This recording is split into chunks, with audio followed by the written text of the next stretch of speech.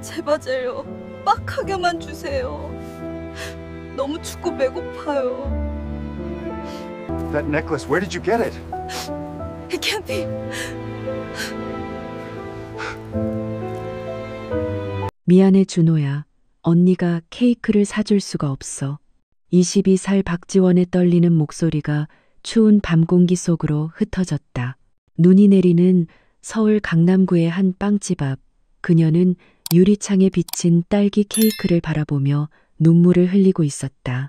손에는 하루 종일 폐지를 주워 모은 3,000원짜리 지폐 몇 장. 케이크 가격은 25,000원이었다. 내일이 동생 생일인데 지원의 낡은 파카에서는 습기와 땀 냄새가 났다.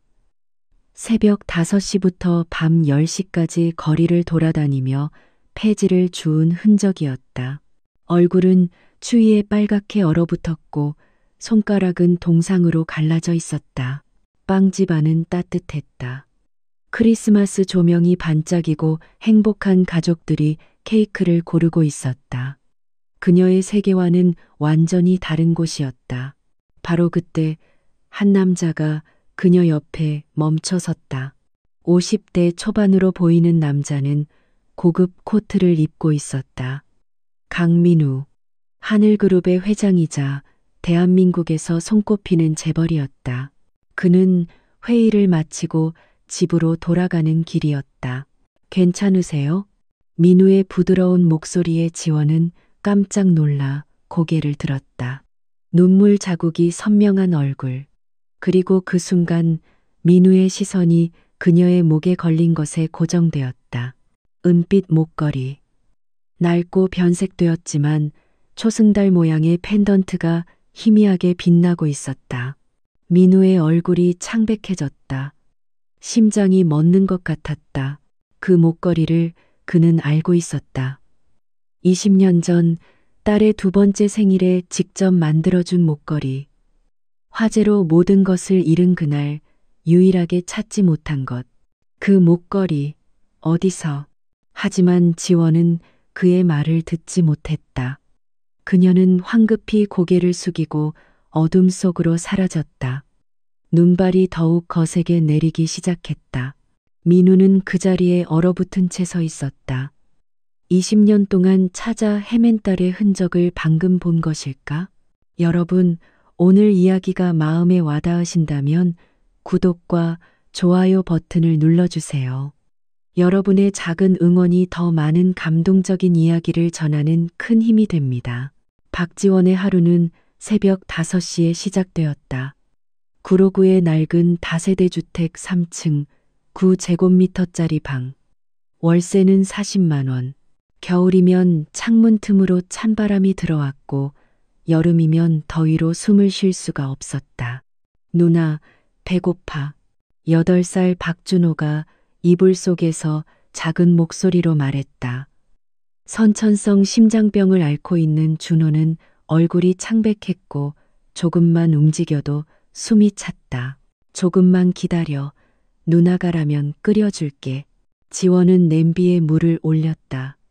찬장에는 900원짜리라면 3개가 전부였다. 오늘 아침은 하나, 저녁도 하나, 내일 아침 것까지. 그 다음은 또 폐지를 주어야 했다. 4년 전 지원이 18살 때였다. 그들을 키워준 할머니가 돌아가셨다.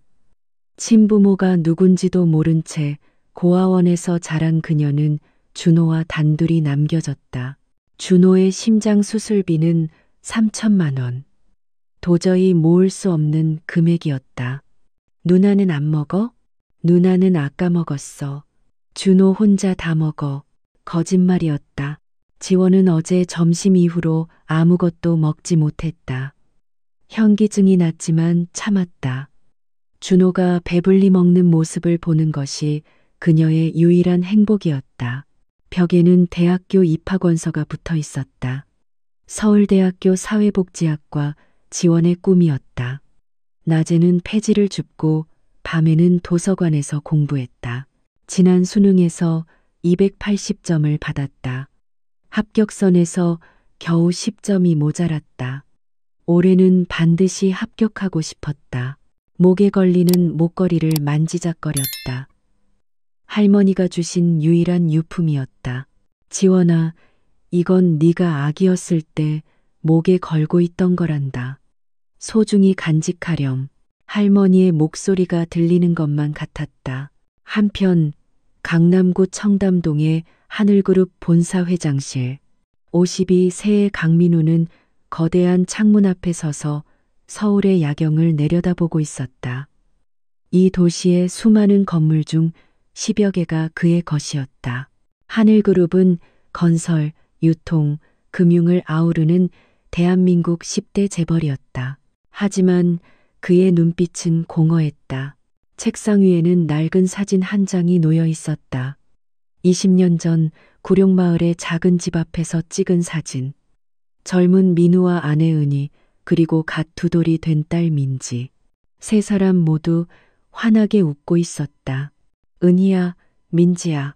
민우의 목소리가 떨렸다. 20년이 지났지만 그날의 기억은 어제 일처럼 생생했다. 2005년 2월 14일. 영하 15도의 추운 겨울밤, 구룡마을에 화재가 발생했다. 민우는 야근을 하고 집에 돌아왔을 때 그의 집은 이미 불길에 휩싸여 있었다. 은희, 민지. 그는 미친 듯이 불 속으로 뛰어들려 했다. 하지만 이웃 주민들이 그를 붙잡았다. 소방차가 도착했을 때는 이미 늦었다.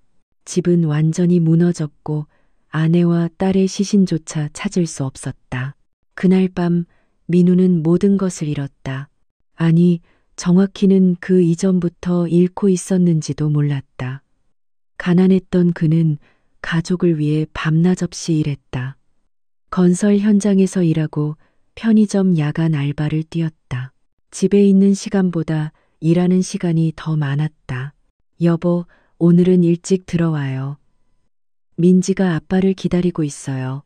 은희의 마지막 전화. 그날도 민우는 일을 핑계로 늦게 들어갔다. 그리고 그것이 마지막이 되었다. 화재 이후 민우는 미친 듯이 일했다. 돈을 벌었다. 성공했다. 15년 만에 재벌이 되었다. 하지만 그 무엇도 그의 공허함을 채울 수 없었다. 사설 탐정을 고용해 20년 동안 딸을 찾았다. 화재 현장에서 딸의 시신이 발견되지 않았기 때문이었다. 혹시라도 살아있을지 모른다는 희망. 하지만 모든 조사는 허사였다. 그런데 오늘 밤 그 목걸이를 봤다. 딸의 두 번째 생일에 직접 만들어준 초승달 목걸이, 세상에 단 하나뿐인 것. 민우는 비서실장에게 전화를 걸었다. 최 실장, 급한 일이 있습니다. 지금 당장 사람을 보내주십시오.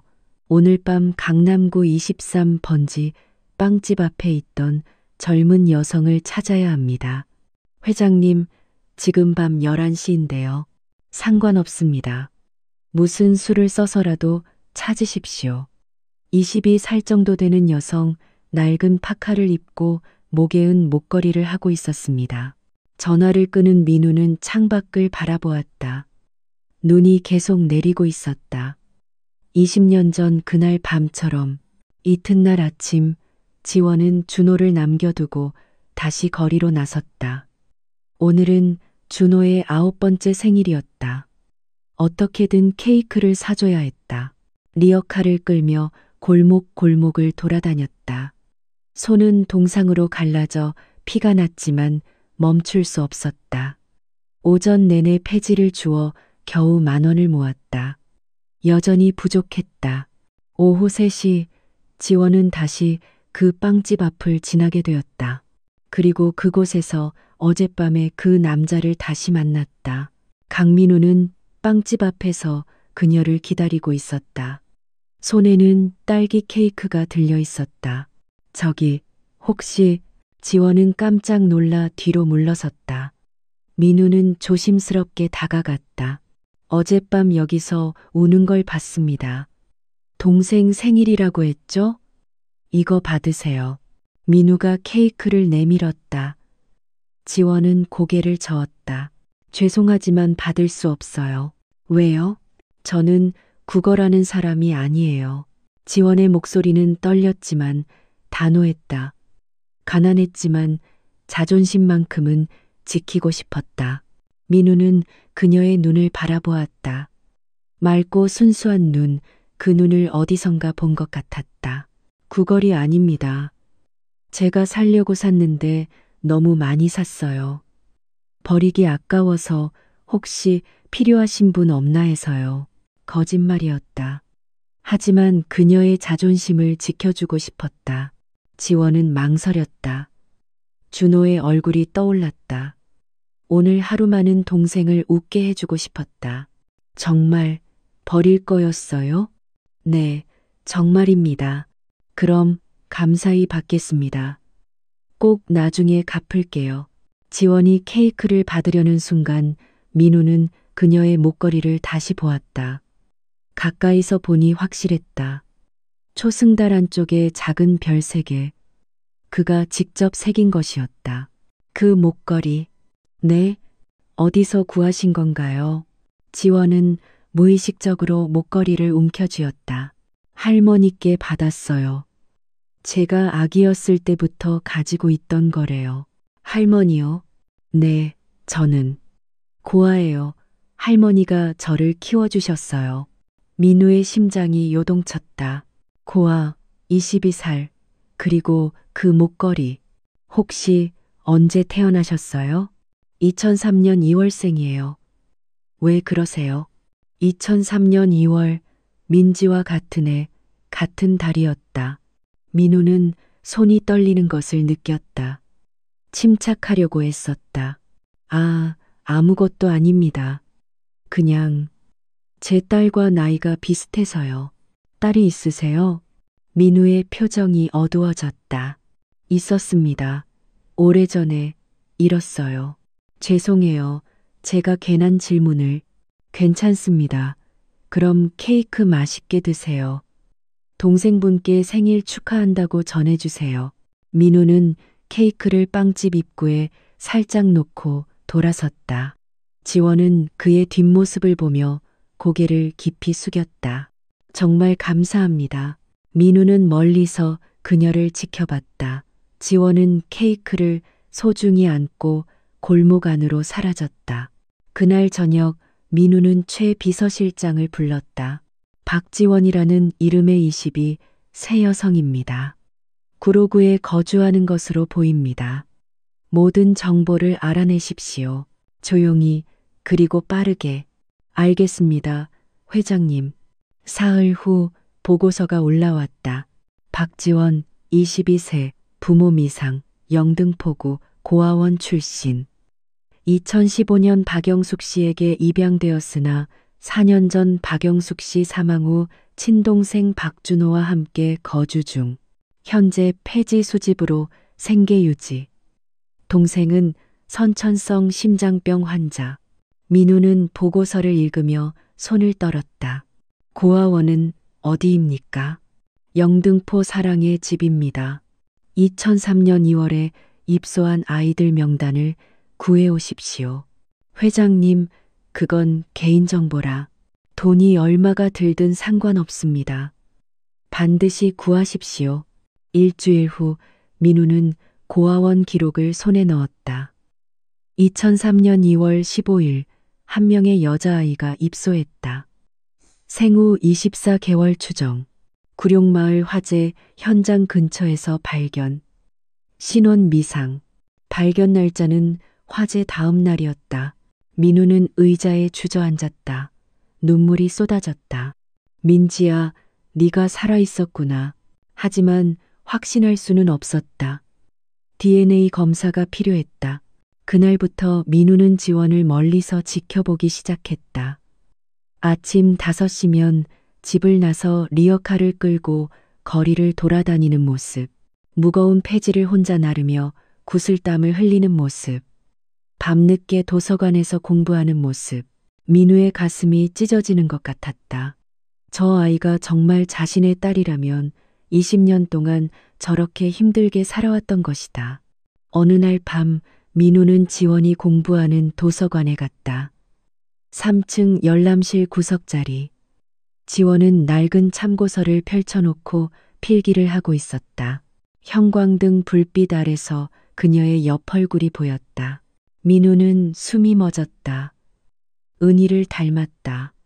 아내의 얼굴이 그대로 겹쳐 보였다. 지원이 잠깐 화장실에 간 사이 민우는 조심스럽게 다가갔다. 책상 위에 물컵이 놓여 있었다. 민우는 떨리는 손으로 그 컵을 휴지에 싸서 가방에 넣었다. DNA 검사를 의뢰했다. 민우 자신의 검체와 함께 결과가 나오는 일주일이 가장 길게 느껴졌다. 민우는 밤잠을 이루지 못했다. 회의 중에도 멍하니 창밖만 바라봤다. 회장님, 괜찮으십니까? 네, 괜찮습니다. 괜찮지 않았다. 만약 지원이 자신의 딸이 맞다면 20년 동안 그녀는 혼자 고통받고 있었다. 자신은 거대한 건물에서 편안하게 지내는 동안 마침내 결과가 나왔다. 최 비서실장이 봉투를 건넸다. 민우는 손이 떨려 봉투를 열 수가 없었다. 한참을 망설이다가 천천히 뜯었다. 보고서를 펼쳤다. 붙인 확률 99.99%. 민우는 그 자리에 무너져 내렸다. 52년 인생에서 가장 큰 충격이었다. 민지야, 정말 네가 맞구나. 20년 동안 잃어버린 딸. 그토록 찾아 헤매던 딸이 바로 눈앞에 있었다. 그것도 폐지를 주우며 비참하게 살고 있었다. 민우는 목 놓아 울었다. 기쁨과 슬픔과 후회가 한꺼번에 밀려왔다. 민우는 DNA 보고서를 손에 쥔 채 20년 전 그날 밤으로 돌아갔다. 2005년 2월 14일 밤 9시 구룡마을의 작은 판잣집. 29살의 강민우는 건설 현장에서 야근을 마치고 집으로 걸어가고 있었다. 영하 15도의 추운 날씨에 낡은 점퍼 하나로는 턱없이 부족했다. 손은 얼어붙었고 발은 감각이 없었다. 주머니에는 오늘 받은 일당 7만 원이 들어 있었다. 반은 월세로 반은 생활비로 써야 했다. 민지의 분유값도 모자랐다. 미안해 은희야, 조금만 더 참아줘. 내년에는 꼭 더 큰 집으로 이사 가자. 민우는 늘 그렇게 말했다. 하지만 현실은 나아지지 않았다. 아니, 점점 더 어려워지고 있었다. 집 앞 골목에 들어서자 이상한 냄새가 났다. 타는 냄새. 민우는 심장이 덜컥 내려앉았다. 골목 안쪽에서 불빛이 보였다. 그리고 비명소리. 불이야, 불이야. 민우는 미친 듯이 달렸다. 골목을 돌자 그의 집에서 불길이 치솟고 있었다. 판잣집 세 채가 이미 불타고 있었다. 은희, 민지. 민우는 집 안으로 뛰어들려고 했다. 하지만 옆집 김씨 아저씨가 그를 붙잡았다. 안 돼. 들어가면 죽어. 놔요. 제 아내랑 딸이 안에 있어요. 이미 늦었어. 안은 불바다야. 민우는 발버둥 쳤다. 목이 터져라 아내와 딸의 이름을 불렀다. 은희야, 은희야, 민지야. 그때 집안에서 여자의 비명이 들렸다. 여보, 살려줘요. 민지가, 은희의 목소리였다. 민우는 괴력을 발휘해 김씨를 뿌리치고 현관문을 박차고 들어갔다. 안은 지옥이었다. 검은 연기가 가득했고 열기가 살갗을 태웠다. 숨을 쉴 수가 없었다. 은희야, 어디 있어? 여보, 기침, 안방이에요. 민우는 불길을 헤치며 안방으로 갔다. 천장이 무너지기 시작했다. 안방문을 열자 은희가 민지를 꼭 안고 구석에 웅크리고 있었다. 은희야. 민우가 아내에게 달려갔다. 바로 그 순간 천장의 대들보가 무너져 내렸다. 민우는 반사적으로 몸을 날려 아내와 딸을 덮쳤다. 에휴, 엄청난 무게가 등을 짓눌렀다. 정신이 아득해졌다. 여보, 민지를 먼저 데리고 나가요. 은희의 떨리는 목소리가 들렸다. 그녀는 민우의 팔에 민지를 밀어 넣었다. 민지는 연기를 너무 많이 마셔 의식이 없었다. 같이 나가야 돼. 안 돼요. 나는 못 움직여요. 다리가. 은희의 다리는 무너진 가구에 깔려 있었다. 그럼 난 안 가. 같이 죽을 거야. 안 돼요.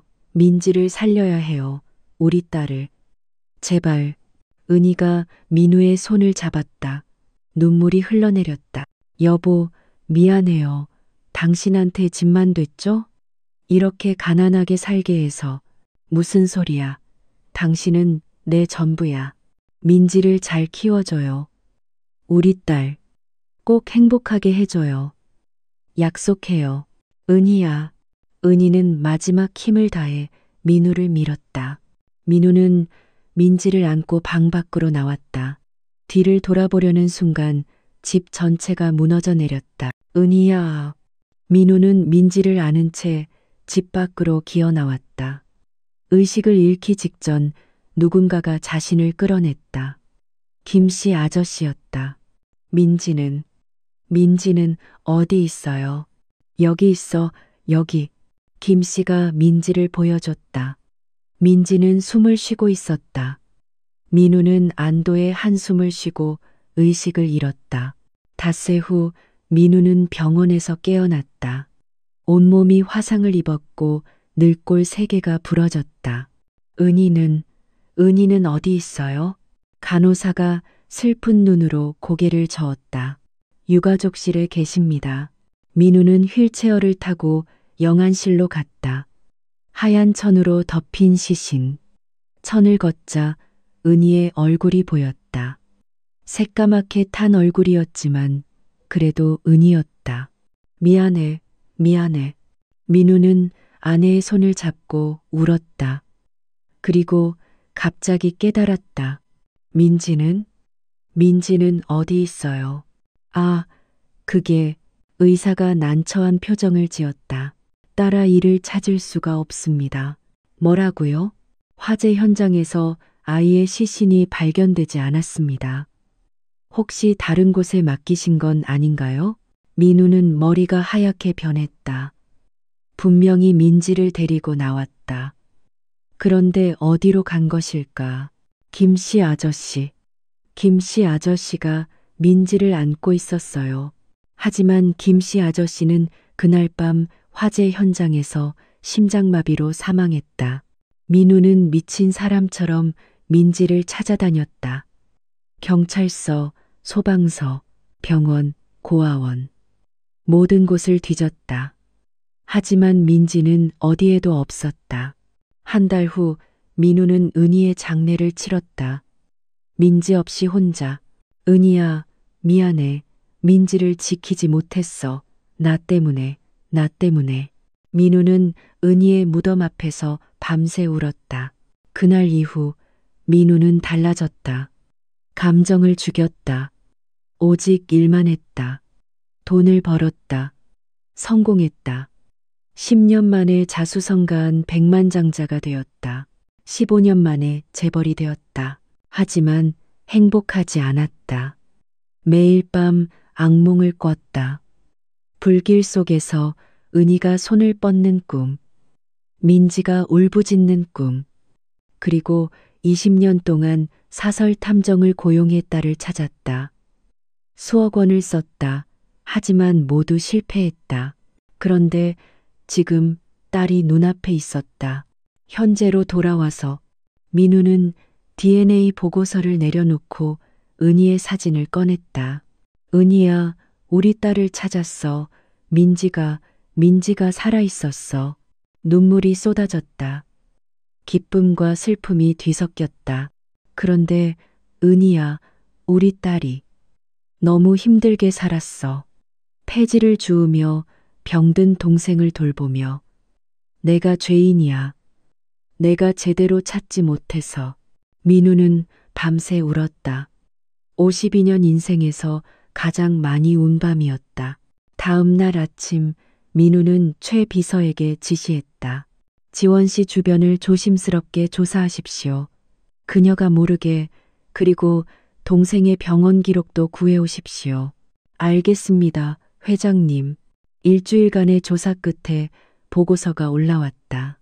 준호의 상태는 심각했다. 수술하지 않으면 6개월을 넘기기 힘들다는 의사의 소견이었다. 민우는 주먹을 꽉 쥐었다. 이제 더 이상 지체할 수 없었다.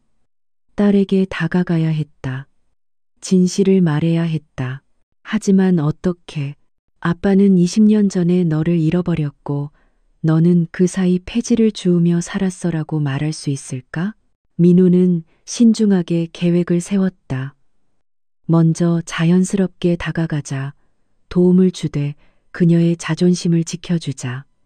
그리고 적절한 시기에 진실을 밝히자. 하지만 운명은 그의 계획과는 다르게 흘러갔다. 사흘 후 지원의 인생에 또 다른 시련이 찾아왔다. 그날 오후 지원은 강남역 근처에서 폐지를 줍고 있었다. 고급 오피스텔 앞 쓰레기통을 뒤지는데 검은색 가죽 지갑이 보였다. 지원은 주위를 둘러봤다. 아무도 없었다. 지갑을 집어들고 열었다. 순간 숨이 멎었다. 5만 원권 지폐가 빼곡히 들어있었다. 손가락으로 세어봤다. 1,000만 원, 2,000만 원, 3,000만 원, 정확히 5,000만 원이었다. 지원의 손이 떨렸다. 5,000만 원. 준호의 심장 수술비보다 훨씬 많은 돈이었다. 이 돈만 있으면 준호를 살릴 수 있어. 지원의 머릿속이 복잡해졌다. 지갑 안에는 명함이 들어있었다. 대형건설 부사장 최진혁. 부사장, 부자였다. 5,000만 원 정도는 그에게 큰 돈이 아닐 것이다. 하지만 지원에게는 준호의 목숨이었다. 지원은 지갑을 가슴에 꼭 안았다. 그리고 집으로 달려가려고 했다. 하지만 발이 떨어지지 않았다. 안 돼. 이건 도둑질이야. 지원은 땅바닥에 주저앉았다. 눈물이 쏟아졌다. 준호야, 누나가 어떡하면 좋니?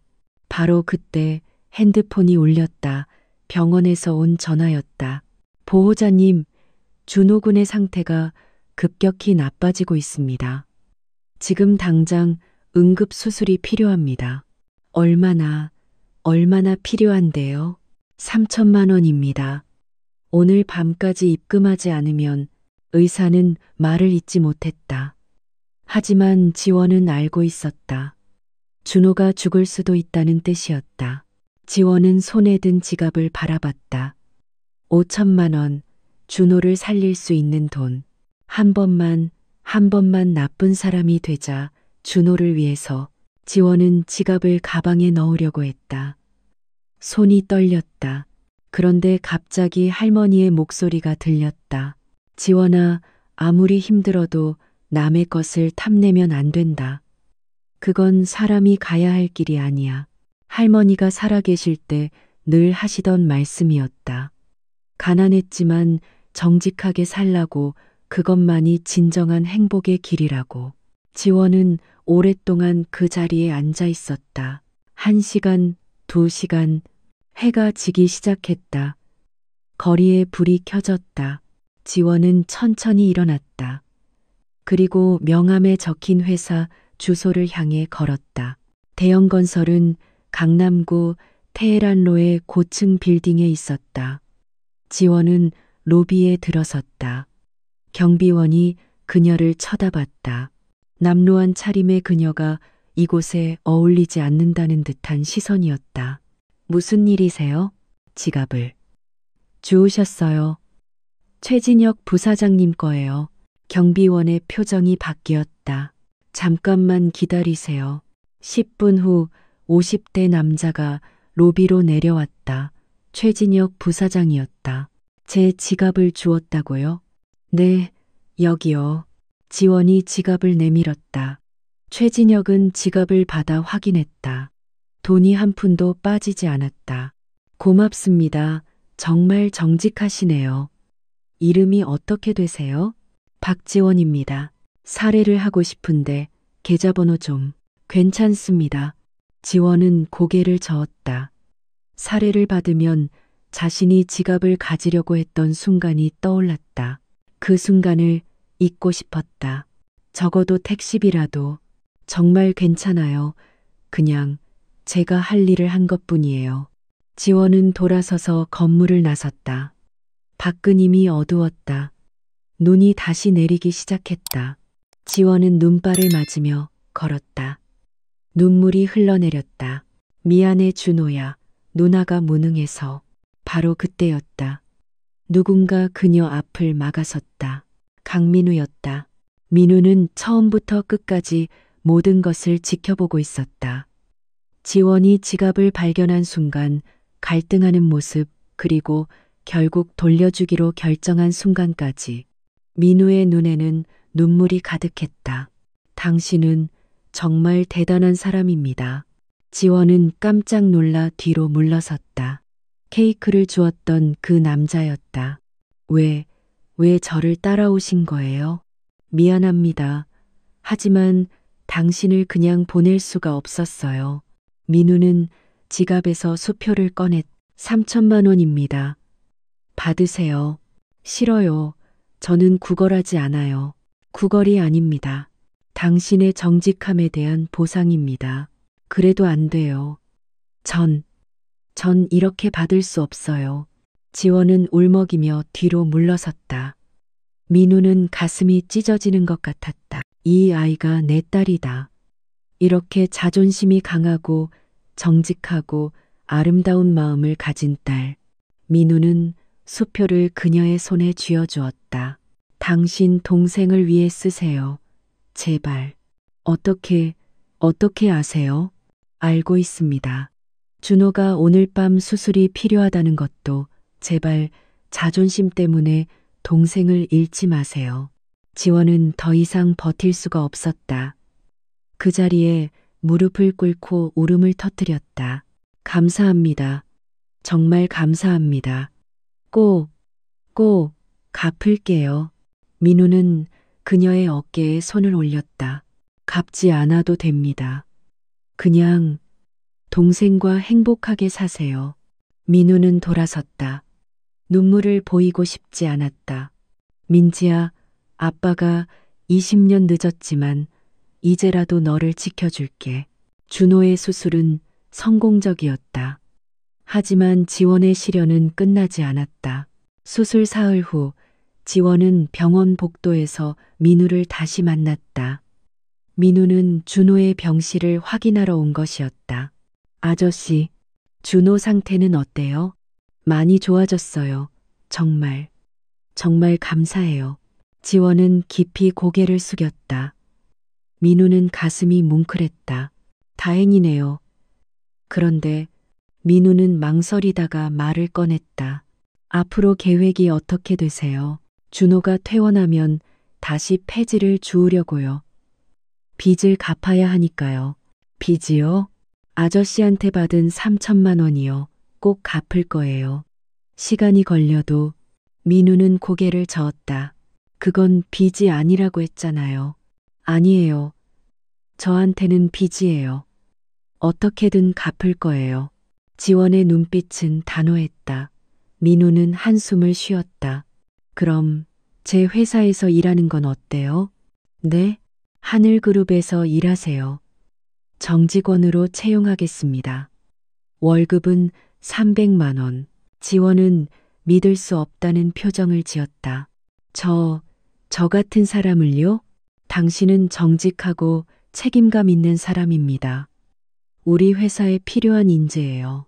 하지만 저는 고졸이고 경력도 없고 상관없습니다. 제가 책임지겠습니다. 지원은 오랫동안 망설였다.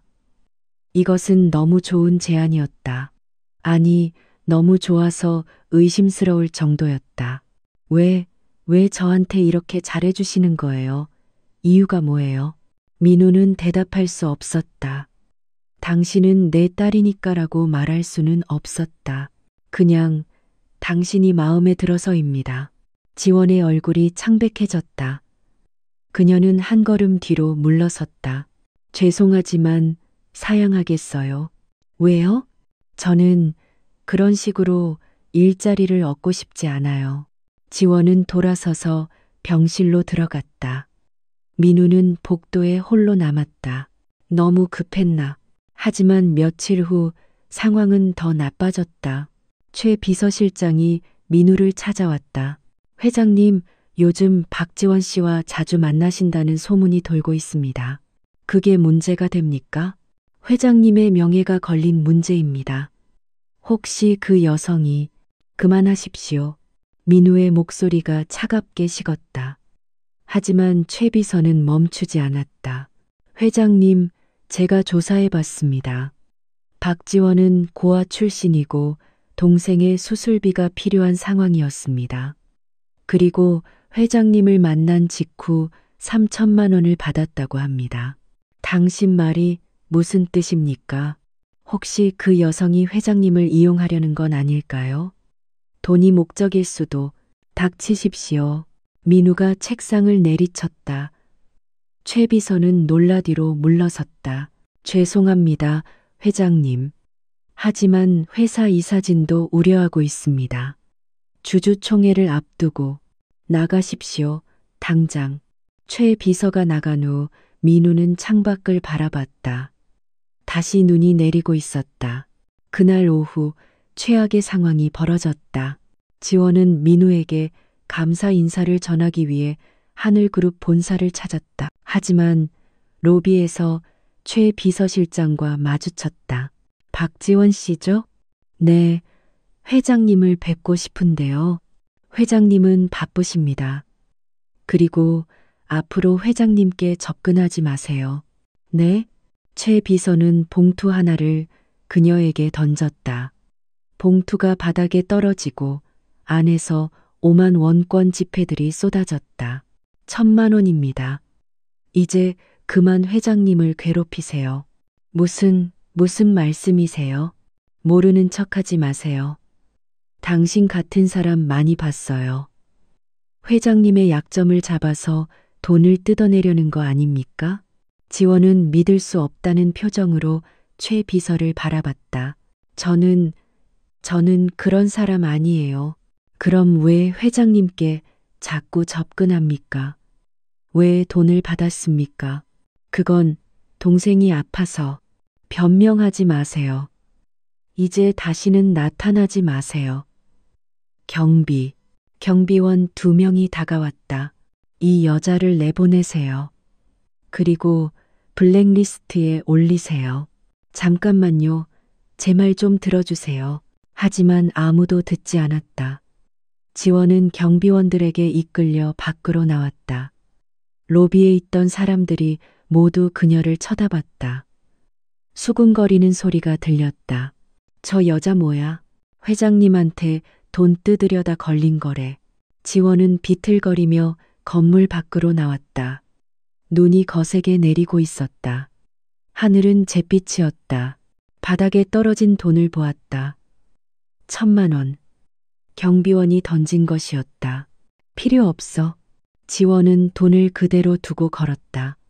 눈물이 쏟아졌다. 차가운 눈발이 얼굴을 때렸다. 나는 그런 사람이 아닌데. 걷고 또 걸었다. 어디로 가는지도 모른 채 준호를 만날 얼굴이 없었다. 민우를 볼 얼굴도 없었다. 1시간을 걸어 병원 앞에 도착했다. 다리에 힘이 풀렸다. 어지러웠다. 아침부터 아무것도 먹지 못했다. 누나, 멀리서 준호의 목소리가 들렸다. 준호가 휠체어를 타고 나와 있었다. 준호야. 지원은 동생을 향해 손을 뻗었다. 하지만 그 순간 눈앞이 캄캄해졌다. 지원은 그대로 눈 위에 쓰러졌다. 누나. 준호의 외침이 눈발 속으로 흩어졌다. 바로 그때 한 남자가 차에서 뛰어내렸다. 강민우였다. 민우는 회사에서 최 비서가 한 일을 뒤늦게 알고 미친 듯이 달려온 것이었다. 지원 씨, 정신 차려요. 민우는 지원을 안아 올렸다. 그녀의 몸은 얼음처럼 차가웠다. 입술은 파랗게 질려 있었다. 빨리 응급실로. 의사들이 달려왔다. 지원은 들것에 실려 응급실로 들어갔다. 민우는 복도에 주저앉았다. 손이 떨렸다. 눈물이 흘러내렸다. 내가 이렇게 만들었어. 준호가 휠체어를 타고 다가왔다. 어린 소년의 눈에도 눈물이 가득했다. 아저씨, 우리 누나 괜찮겠죠? 민우는 준호를 바라봤다. 그리고 깨달았다.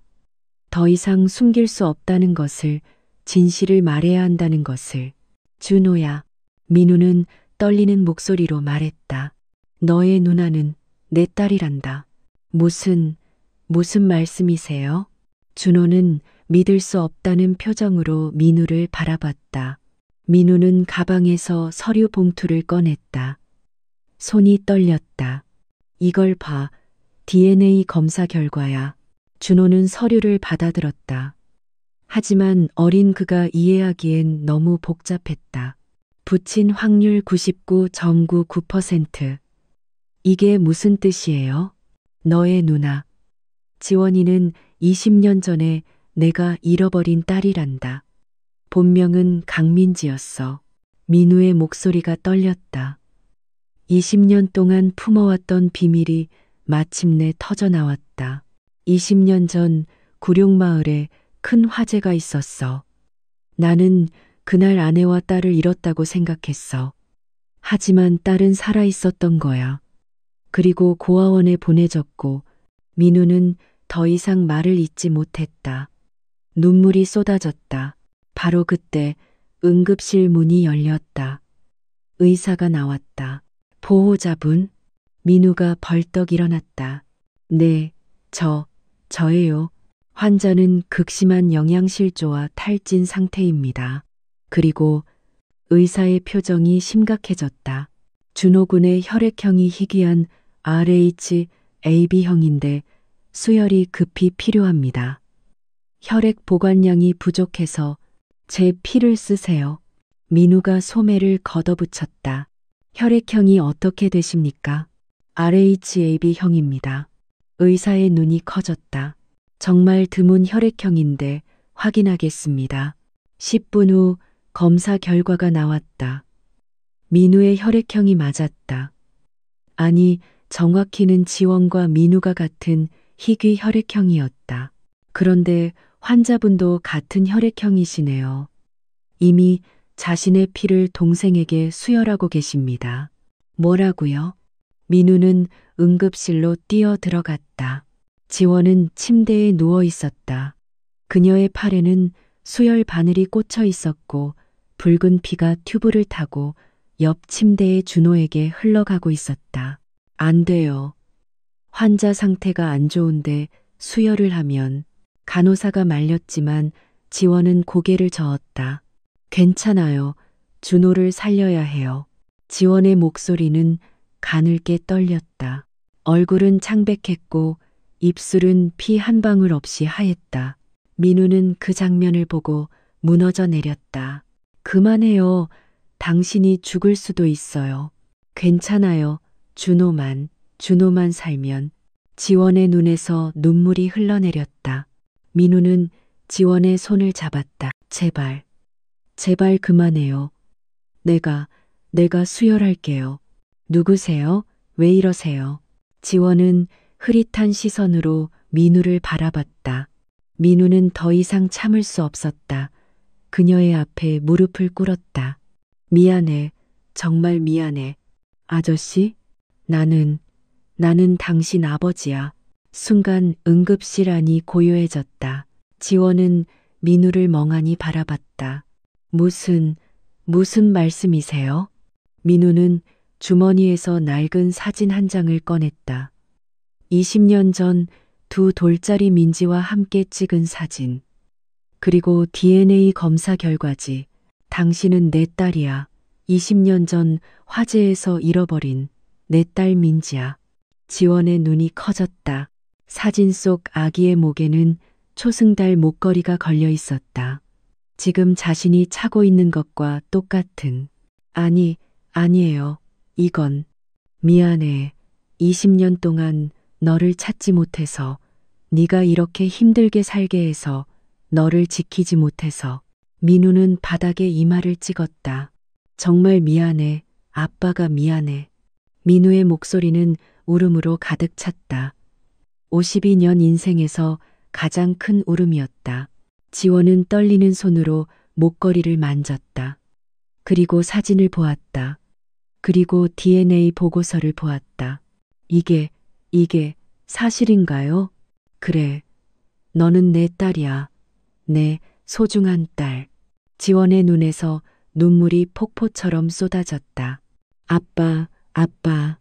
22년 동안 한 번도 불러보지 못한 단어, 그 단어가 입 밖으로 나왔다. 민우는 지원을 끌어안았다. 20년 만에 포옹이었다. 미안해. 아빠가 늦어서 미안해. 복도에 있던 의사와 간호사들도 눈물을 훔쳤다. 준호는 침대에서 그 광경을 바라보며 조용히 미소 지었다. 누나, 이제 행복해질 수 있겠네. 눈은 여전히 내리고 있었다. 하지만 더 이상 차갑지 않았다. 마치 축복처럼 느껴졌다. 다음 날 아침 지원이 깨어났을 때 병실은 달라져 있었다. 일반 병실이 아니라 특실이었다. 넓고 깨끗했다. 창문 밖으로는 한강이 보였다. 옆 침대에는 준호가 편안히 자고 있었다. 깨어났구나. 민우가 의자에 앉아 있었다. 밤새 그녀를 지켜본 듯 눈이 충혈되어 있었다. 아저씨. 아니, 지원은 말을 멈췄다. 어떻게 불러야 할지 몰랐다. 아빠라고 불러도 돼. 아니, 불러줘.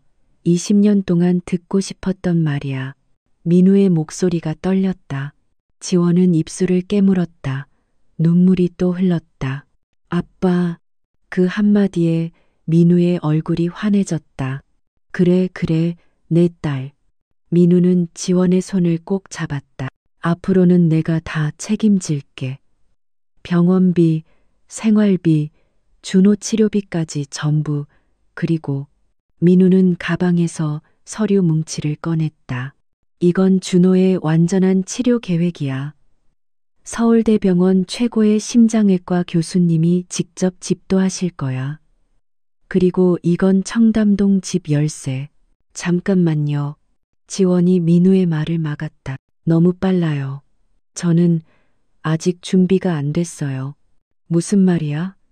넌 내 딸이잖아. 알아요. DNA 검사도 받고 사진도 봤어요. 하지만 지원은 천천히 말을 이었다. 저는 22년 동안 박지원으로 살았어요. 갑자기 강민지가 되라고 하면 어떻게 해야 할지 모르겠어요. 민우는 가슴이 찢어지는 것 같았다. 그녀의 혼란이 이해됐다. 미안해, 내가 너무 서둘렀구나. 그리고 지원은 준호를 바라봤다. 준호는 제 진짜 동생이 아니에요. 그래도 저한텐 가족이에요. 준호 없이는 못 살아요. 민우는 고개를 끄덕였다. 당연하지. 준호도 우리 가족이야. 내 손자나 마찬가지지. 정말요? 그럼 준호의 모든 치료비도 내가 낼 거야. 그리고 좋은 학교도 보내줄게. 지원의 눈에서 다시 눈물이 흘렀다. 감사해요, 아빠. 두 번째로 부르는 아빠는 첫 번째보다 더 자연스러웠다. 일주일 후 지원과 준호는 퇴원했다. 민우는 차를 타고 그들을 데리러 왔다. 하지만 청담동 본가가 아닌 강남의 아파트로 향했다. 여긴 어디예요? 너희가 살 집이야. 아직 큰 집은 부담스러울 것 같아서 일단 여기서 적응하면서 지내자. 아파트는 30평형의 깔끔한 공간이었다. 방이 3개 있었다. 이 방은 내 거, 이 방은 준호 방, 그리고 이 방은 민우가 마지막 방문을 열었다. 안에는 침대와 책상만 덩그러니 놓여 있었다. 내 방이야. 주말마다 여기 와서 같이 지낼게. 아빠도 여기서 살 거예요? 응, 20년을 못 봤으니까 매일 보고 싶어. 지원은 아파트를 둘러봤다. 깨끗한 주방, 따뜻한 거실, 햇빛이 잘 드는 창문. 그러고 그 좁고 추운 방과는 천지 차이였다. 누나, 여기 봐. 준호가 자기 방에서 소리쳤다. 방에는 새 침대, 책상, 그리고 가득한 책들이 있었다. 와, 책이 이렇게 많아. 준호의 눈이 반짝였다. 책을 좋아하는 아이였지만 지금까지 도서관에서 빌려보는 것이 전부였다. 다 내 거야. 그리고 이것도. 민우가 상자를 열자 새 노트북이 나왔다. 온라인 수업 들으라고 준비했어. 건강 괜찮아지면 학교도 다시 다닐 수 있어. 준호는 민우를 올려다봤다. 할아버지, 감사해요. 할아버지? 민우의 눈에 눈물이 맺혔다. 할아버지라는 말이 이렇게 좋을 줄 몰랐다. 그래, 할아버지가 준호 아프지 않게 다 고쳐줄게. 그날 저녁 세 사람은 함께 첫 식사를 했다. 테이블에는 음식이 가득했다. 삼겹살, 김치찌개, 잡채, 샐러드. 지원과 준호가 평생 한 번에 이렇게 많이 먹어본 적이 없었다. 많이 먹어. 그동안 못 먹은 거 다 먹어야 해. 민우는 지원의 그릇에 고기를 계속 올려놓았다. 준호의 밥그릇도 가득 채웠다. 아빠는 안 먹어요? 나는 너희가 먹는 거 보는 게 더 좋아. 민우는 미소 지었다. 진심이었다. 20년 동안 꿈꿔왔던 광경이었다. 딸과 함께하는 저녁 식사. 식사 후 민우는 지원을 조용히 불렀다. 이거. 민우가 통장 하나를 건넸다. 뭐예요? 네, 통장이야. 매달 500만 원씩 들어갈 거야. 500만 원이요? 그건 너무 많아요. 아니야.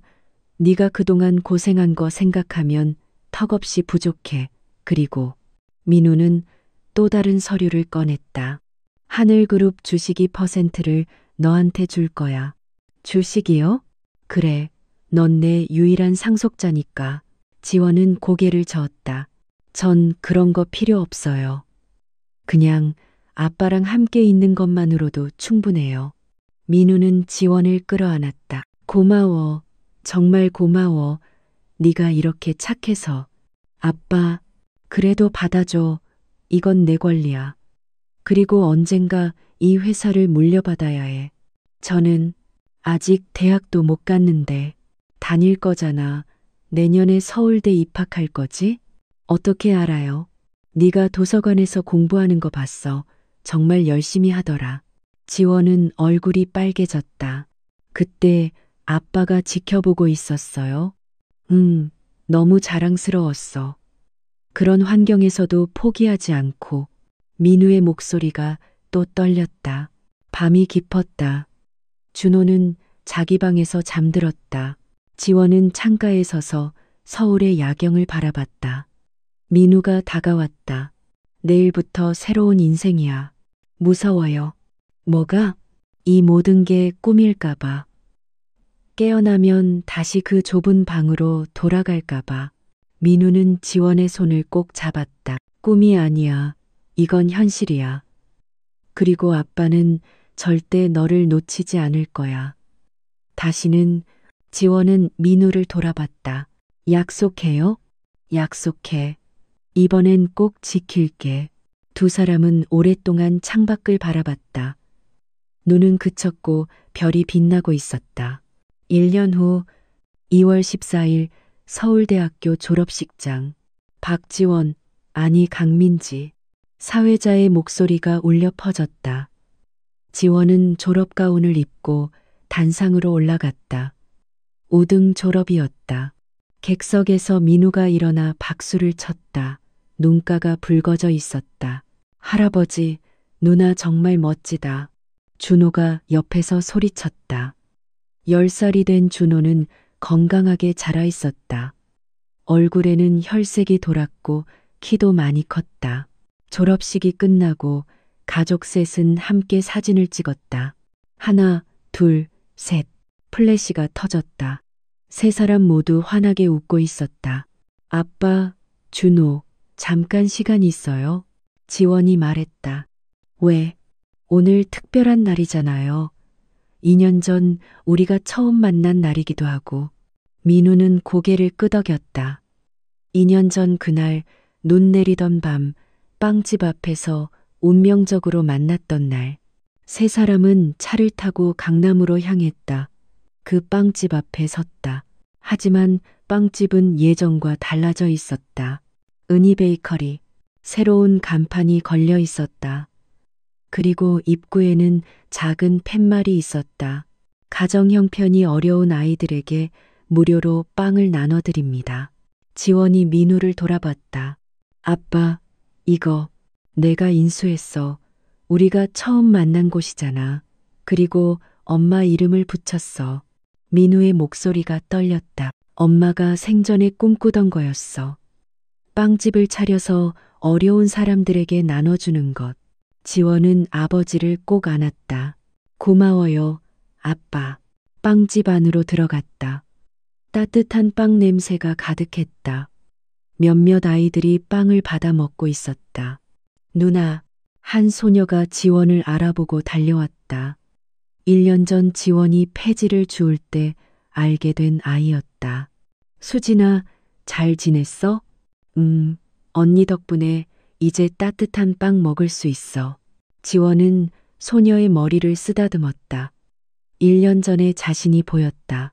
빵집을 나와 차로 돌아가는 길 민우가 말했다. 민지야, 오늘 또 하나 발표할 게 있어. 뭔데요? 하늘그룹에서 장학재단을 설립했어. 이름은 은희 장학재단이야.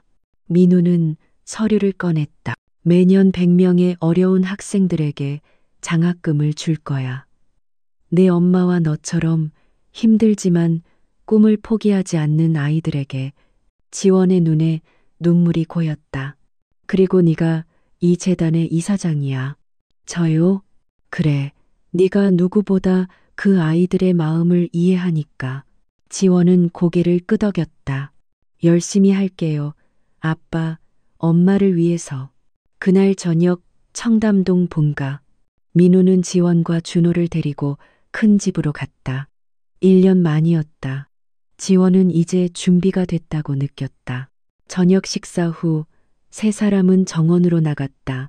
하늘에서 눈이 내리기 시작했다. 하지만 2년 전처럼 차갑지 않았다. 포근하고 아름다웠다. 할아버지, 눈이다. 준호가 손을 뻗어 눈송이를 잡았다. 민우는 하늘을 올려다봤다. 은희야, 보이니? 우리 딸 찾았어. 그리고 손주도 생겼어. 민우의 눈에서 눈물이 흘렀다. 하지만 슬픈 눈물은 아니었다. 고마워. 민지를 보내줘서, 우리 딸 무사히 키워줘서. 지원이 아버지의 손을 잡았다. 아빠, 엄마도 행복할 거예요.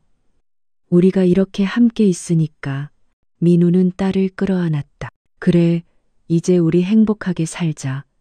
세 사람 모두. 준호가 두 사람에게 달려와 안겼다. 나도. 세 사람은 눈 내리는 정원에서 오랫동안 껴안고 있었다. 멀리서 보면 한 폭의 그림 같았다. 20년 만에 다시 만난 가족. 그리고 새롭게 만들어진 가족. 눈은 계속 내렸다. 하지만 더 이상 슬픔의 눈이 아니었다. 축복의 눈이었다. 여러분, 오늘 지원과 민우 그리고 준호의 이야기는 여기서 마무리됩니다. 20년이라는 긴 시간 동안 헤어져 있었지만 결국 다시 만난 부녀. 그리고 사랑으로 하나가 된 가족의 이야기였습니다. 이 이야기가 여러분의 마음에 작은 울림이라도 남겼다면 구독과 좋아요 버튼을 눌러주세요. 여러분의 응원이 더 많은 감동적인 이야기를 만드는 힘이 됩니다. 그리고 댓글로 여러분의 생각을 들려주세요. 지금 어디서 이 이야기를 듣고 계신가요? 혹시 비슷한 경험이 있으신가요? 여러분이 계신 그곳에 따뜻한 사랑과 행복이 가득하기를 진심으로 기원합니다. 마지막으로 기억하세요. 가족은 피로 이어진 것이 아니라 사랑으로 이어진 것입니다. 그리고 진심은 언젠가 반드시 전해집니다. 오늘도 들어주셔서 감사합니다. 다음 이야기에서 또 만나요. 여러분 모두 사랑하는 사람들과 행복한 시간 보내세요.